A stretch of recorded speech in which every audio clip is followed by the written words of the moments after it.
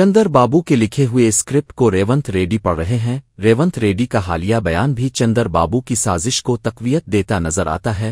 बनइकचरला project के मसले पर दोनों की सियासत तेज हो गई है। रेवंत रेड्डी की तकरीर में चंदर बाबू की पॉलिसियों का अक्स साफ झलक रहा है। जगदेश रेड्डी का कहना है कि बनइकचरला प्रोजेक्ट इस वक्त तक नहीं बन सकता जब तक गोदावरी ट्रिब्यूनल में पानी की तकसीम पर फैसला न हो। उन्होंने मजीद कहा कि अवाम को धोखा देने के लिए अपोजिशन लीडरान एक साथ खेल खेल रहे हैं। रेवंत रेड्डी की हर बात का मकसद चंदर बाबू के मंसूबे को अवामी हिमायत दिलवाना है। तेलंगाना के मुफाद के खिलाफ होने वाले इस इत्तेहाद पर हुकूमत ने सख्त रद्द अमल जाहिर किया। जगदेश रेड्डी ने वाज़े किया कि रियासत के हिस्से का एक कतरा पानी भी ज़ाय नहीं होने दिया जाएगा। उन्होंने अवाम से अपील की कि इस तरह की साजिशों को पहचाने और उनके बहकावे में न आए।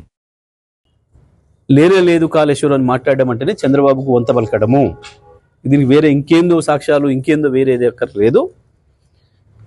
కాళేశ్వరం ఉన్నది. కాళేశ్వరం నుంచి సంవత్సరానికి 240 టీఎంసీల పైగా నీళ్లను వాడుతున్నామని చెప్పాలి.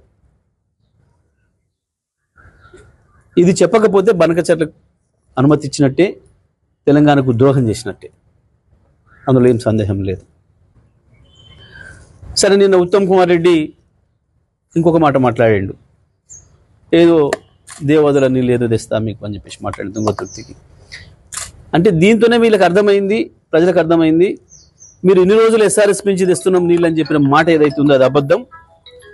గత 4 సంవత్సరాలు సూర్యాపేట తాలూకా, సూర్యాపేట జిల్లా రైతాంగం కావచ్చు, వరంగల్ జిల్లాలోని మిగతా ప్రాంతాల రైతాంగం కావచ్చు, వాడిని మొత్తం కూడా కాళేశ్వరం నీళ్ళు అనే విషయాన్ని నేను స్పష్టంగా చెప్పిండు ఉత్తమ్ కుమార్ రెడ్డి.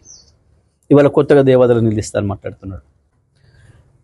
ఈ ముఖ్యమంత్రి చేస్తున్న ద్రోహం ఏదైతే ఉందో తెలంగాణ ప్రజలకి, తెలంగాణ ప్రజలందరూ కూడా అర్థం చేసుకోవాల్సిన అవసరం ఉంది. రైతాంగం కూడా తగు రీతిలో స్పందించాల్సిన అవసరం ఉంది. నిన్నటి